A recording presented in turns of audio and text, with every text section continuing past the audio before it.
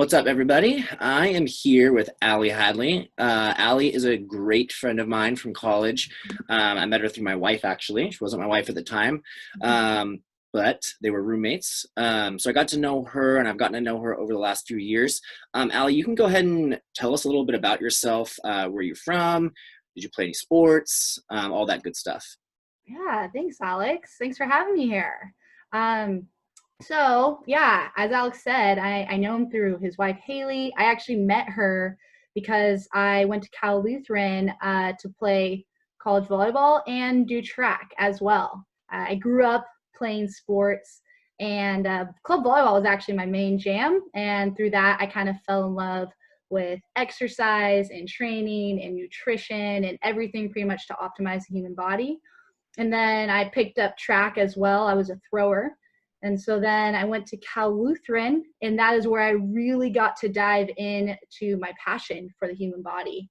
And I went and pursued a degree in exercise science with a human performance emphasis. And I did research in our biomechanics lab, and I had an absolute blast.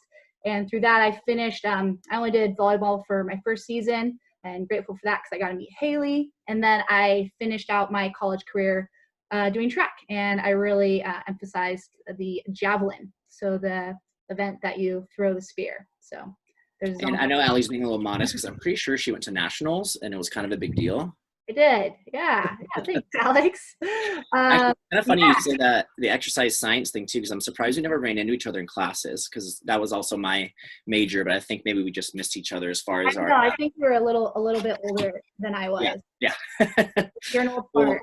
well, awesome. And Allie is also from the up the northern Seattle area. You went to what high school? Bothell. Go. Bothell area. That's where she's at. So Yeah. she's local. She's local.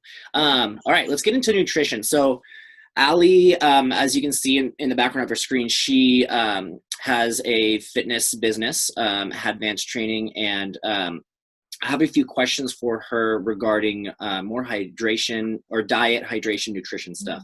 So the first questions are related to hydration, Allie, and if you could just run us through, I guess, just kind of give us your spiel on hydration just in general, and then as an athlete, and then if you can remember, or I'll remind you, specifically as an aquatic athlete, because sometimes it's weird to think, you're drinking water while you're swimming in the water. So go ahead and give us your spiel about hydration and what points we should remember. Yeah. Well, I mean, first off, when you think about hydration, drinking water, your body's 70% made of water.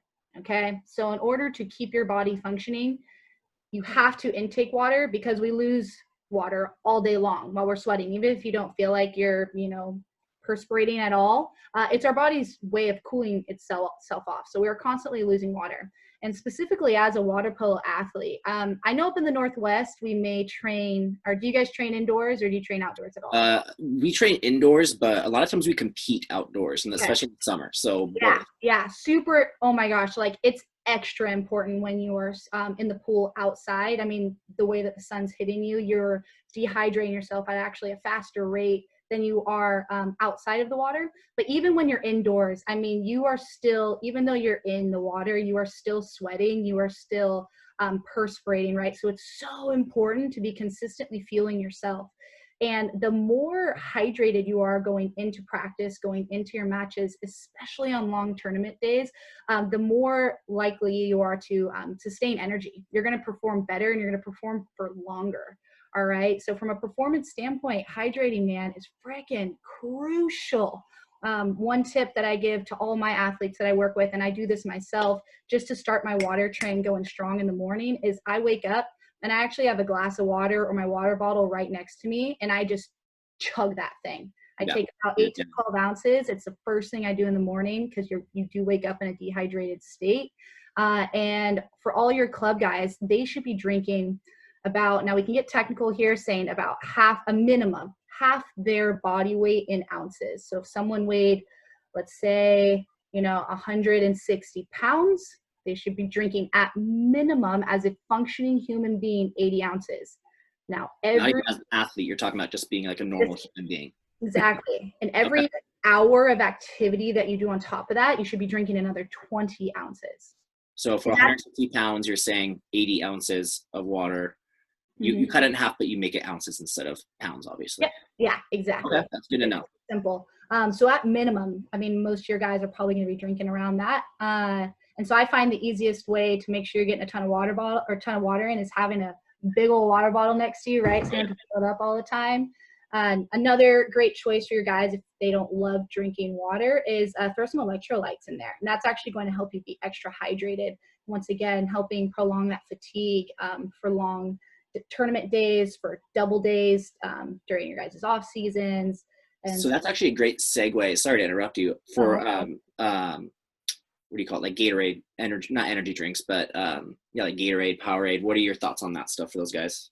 Stay away from it, man.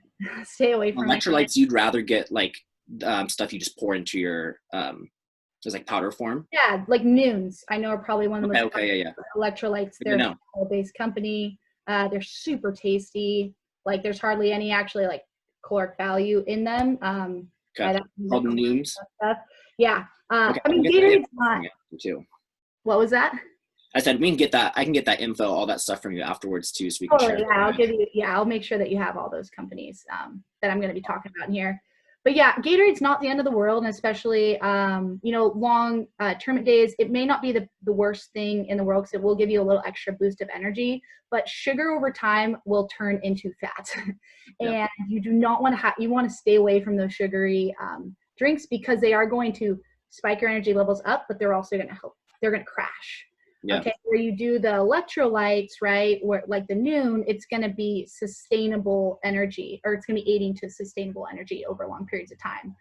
So when it comes to hydration, 80 ounces, it kind of feels like you're drinking a lot of water throughout the day. It kind of feels like you're constantly having water with you and consuming it at least once an hour. But if you're not drinking anything else, if you're not drinking the sodas, the sugary juices, all that stuff, it's pretty easy to do. Yeah. So a quick thing, eliminate the sugary stuff and just replace it with water. And if you want a tasty bev, then throw some of those flavored electrolytes in there. Yeah, that's a great idea. I'm glad you said that. Mm-hmm. Okay, let's move on to our diet. Yeah.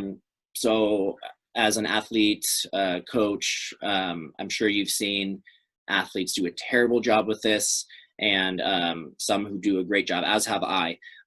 So we want to talk about first, I think, is so like right now it's really our off season if we're talking about high school sports. So for this spring and summer, what are some of your, especially considering quarantine, assuming we're going to be kind of doing this distance learning quarantine, we're all on our own in our homes. What do you recommend? We're still trying to get bigger and stronger during the off season.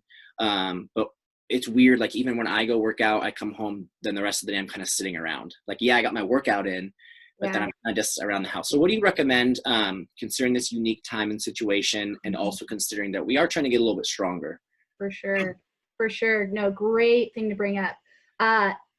This time that we've all been given is this phenomenal opportunity.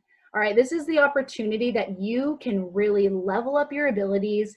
You can get an edge on your competition, right? For those of you guys who are 15, 16, 17, who may want to go play at the next level, this is a massive gift that you guys have been given. And so when it comes to your nutrition, you no longer have, I think, a big excuse for athletes for not maybe fueling their bodies appropriately is time. And we now have the time to figure out what the heck we're going to eat. All right. You guys are in control of your bodies. I hope parents get an opportunity to see this too, because I know parents are oftentimes the ones that put the food in the house. But you guys now have time to actually fuel your machines, right? Because food, your body is a car. I love using the car analogy. Your body's a car. Your food is a gas, right? If you're not giving it quality gas, it's not going to run very long, and it's not going to run very well. And so if anything, it may, in some cases blow up your engine, right? Right. Yeah. It's that important though. It's that important. And so when it comes to being at home, I mean, first of all, we want to have a well-balanced diet. All right. We can get fancy with the carbs and the proteins and the fats, especially when we're in season, but outside of season, it's a great time to focus on eating a good 3 to 4 meals a day. All right. It depends on personal preference on that one. 3 to 4 meals a day. We want to hit about 2 snacks in between. If you want to track your calories, you absolutely can. I know that can be kind of overwhelming though for, junior high and high schoolers, but you can do it. But just think eating 3 to 4 meals a day. All right. And on that plate, we want to have a carb and we want to have a fat and a protein. What a carb could be, it's a bunch of veggies, right? Get some veggies in there, get some brown rice. Protein can be, a steak, a chicken breast, all about, the size of your fist. And then you can have a fat, which is like olive oils, avocado, and all that Healthy good stuff. fats. Healthy fats, yeah, mono and polyunsaturated fats. Yes. So yeah, and I can give you links to all of great sources for those things, so you guys can see that visual.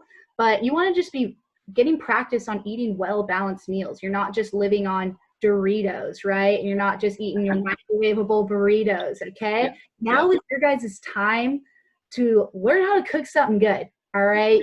Like I said, you got the time. Learn how to cook something good. Be really proactive on how are you fueling your car, okay? So eating a well-balanced breakfast, get your eggs in there, get, whole grain toast. If you're really committed, you can get some broccoli, get some veggies in the morning. Oh my gosh, it's so important for energy, right? Getting those greens even in the morning. For lunch, either making a really tasty salad. It can be kind of, my lunch is often an extension of the dinner from the night before. So I'll usually have leftover chicken, steak, ground turkey, some veggies, and then dinner can, you can get as crazy with it as you want. Kind of following the similar pattern there. And in between, having some really quality snacks, right? It can be a protein shake. Protein shakes are an athlete's best friend. Oh, yeah. Get a protein shake in there, mix it in with some fruit, throw in some spinach. I promise you will never taste that spinach in there. And so, yeah, that's kind of how right now, not getting too crazy with it unless you want to. And just thinking, do I have my carb? Do I have my fat? Do I have my protein? Am I eating 3 quality meals a day with a couple snacks in between? And try to minimize the junk. Yeah, definitely minimize that junk. That's what we always worry about, and that's what we see sometimes at the pool. Yeah, like an 80-20 rule. Have you heard of the 80-20 rule? And I have not, no. 80-20, so simple. 80% of your food has had a life. Okay. 80%, it's come from a mom, right? Or it's come from the ground. Yeah. That's I like that. 80% of your food. So simple, right? When you're looking, you're making choices. I don't know what's healthy. I don't know what's good for me. Did it come from the ground or did it come from a mom? Yeah. And now, but that gives you 20% where like you got a special birthday cake you want to have, right? I know there's a lot of baked goods going on. Ice cream, yeah. Ice cream. And you're young, and I'm not going to say you should just X all that stuff out of your life unless you feel really passionate about doing so. It's not realistic. I didn't do it. I still don't do that, right? Yeah. But just when you're looking at what you ate, I had, I sat down to eat about 5 times today. Was 4 out of those 5 times I sat down to eat, were they options that are going to fuel my car? Yeah, very good. Mm-hmm. A couple more, I guess, more specific questions about diet is, and maybe they go kind of together. Something that we experience a lot with water polo, just like volleyball, in tournaments, where you either have multiple games in a day, or I guess it could be similar to when we have like a hell week, where we have multiple practices in a day. How would you go about, I guess, like your big meals? And then how would you go about like the in between, that weird downtime where I always struggled with, man, I don't want to eat too much, but I also don't want to eat too little and be dying. Are there any recommendations you have? And we can start at one or the other. So for like a hell week situation, like 2 days or 3 days, or like tournaments, what do you think? Well, so let's start, I guess, with hell week. I mean, I think they're both gonna be pretty similar, to be honest.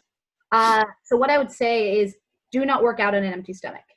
Do not work out on an empty stomach. Drink that big old glass of water when you wake up, and if you're someone who, like, I could eat like a full breakfast an hour before a volleyball game and I was fine. Yeah, I've never been able to do that. But yeah, most people are in your boat though. And so for water polo players, this is really important for you guys to understand, is your guys' fuel source. We have 3 different fuel sources, right? Those macros: carbs, fats, and proteins. Well, actually mostly carbs and fats. But carbs are going to be a massive part of your guys' fuel source. So what's a carb, right? It's fruit, vegetables, whole grains, right? Which would be like rice, brown rice, whole grain bread, good stuff like that. Okay, so those are going to be your main carbohydrates that you're going to be using to fuel yourself with. So what I would have before your guys' first game or first practice is a carbohydrate, right? A banana, an apple, sometimes a sports bar, but you really want to be aware of those sports bars, right? Because they can a lot of times have as much sugar as a Snickers bar does. And what that's going to do is going to spike your blood sugar. You're going to get a massive burst of energy, and then you're going to crash, and you're not going to be making it the rest of the day. Yep. So just being wary with those. So that's what I would do before your first game. So not a McMuffin from McDonald's then. Not a McMuffin That's from all McDonald's. you boys listening to this. Guys, if you guys do not want to perform well, eat at McDonald's. Okay, if that's your goal, then go for it, right? But if you guys want to fuel your machines, have a good old carbohydrate. Now, let's say you're like, I am SOL. I got it. I have to go and get McDonald's, right? Got to go get McDonald's. Goodness, I don't know in the morning. I don't go to McDonald's very often, but I'm assuming, maybe get one of their fruit smoothies. Slow J. Salad sounds crazy. Maybe, don't eat the cheese, right? Just don't eat the cheese in McMuffin. That fat is going to slow you down. You're going to feel like crap. Well, I'm glad we're on the same page with that. Yeah.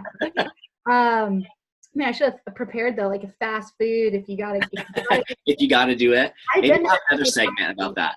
No, I've been there a couple times, and I've like, gosh, what? I can only get one thing. I actually went and got the fruit tea from McDonald's, and I was like, I know this isn't real fruit, but it's fine. It's better than the McMuffin. Okay, that's full of like, so many preservatives that you are not going to feel well, and you are not going to perform well after.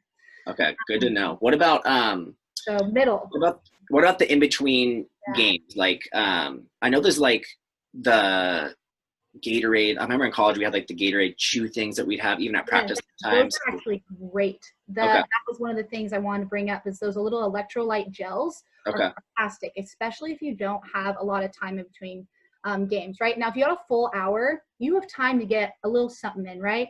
Maybe a little bagel with some cream, with some like low-fat cream cheese. Maybe you have a sandwich there, some fruit, right? Maybe a power bar that hour. But if you are going like 15 minutes next game, those electrolyte chewables are phenomenal. I know awesome. Gatorade has some. You honestly go to any sports store. I loved the ones that they were like little jelly bellies. They were made from jelly. Oh, that's awesome. Yeah, there was a little bit of sugar in them, but when I was running training for my Spartan races, I absolutely fell in love with using those. You'll have to send me a link for some of those too. Another secret is mustard packets. I've heard that several times. I've never heard that as an athlete or water polo athlete, but I've had several kids who have been like, yeah, my parents or whoever told me that, and I was like, is that legit? Like, what is the mustard? Well, mustard's actually it comes from, I think, a plant. I'm pretty sure it's really actually not bad for you. It's really interesting. Seed. That's what it is. It's a seed.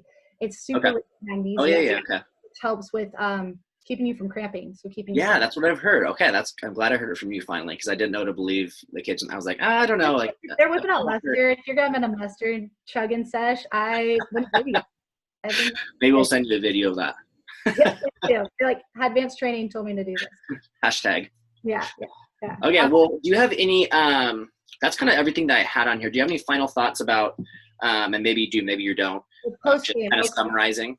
Post game. I think post game. Yeah. Okay. Perfect. Post game, right? So I've really talked about the importance of carbohydrates. The last game of the day, like you don't have any more games. No more. Yep. Or even after practice, protein. Okay. Yeah. Get a protein shake in your system.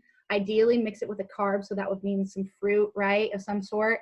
I love protein shakes. I'm obsessed with blending them. But you can also there's a bunch of companies out there that have pre-made ones that you can just go buy from Costco. I know Costco sells this Orgains. It's like I've seen that one. Orgains, yeah.